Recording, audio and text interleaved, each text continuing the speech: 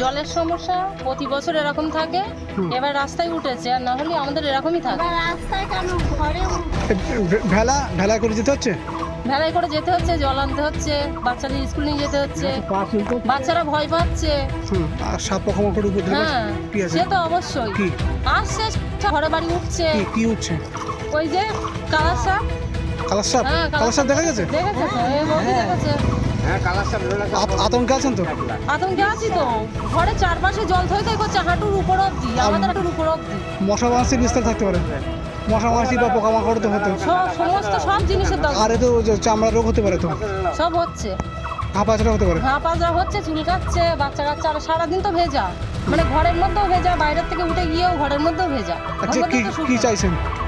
চাইছি যে যাতে এ না হয়, পরের বছর থেকে একটু স্বাভাবিকভাবে বাঁচতে, সবসময়ের জন্য এরকম ভালোভাবে বাঁচতে চান? ভালোভাবে।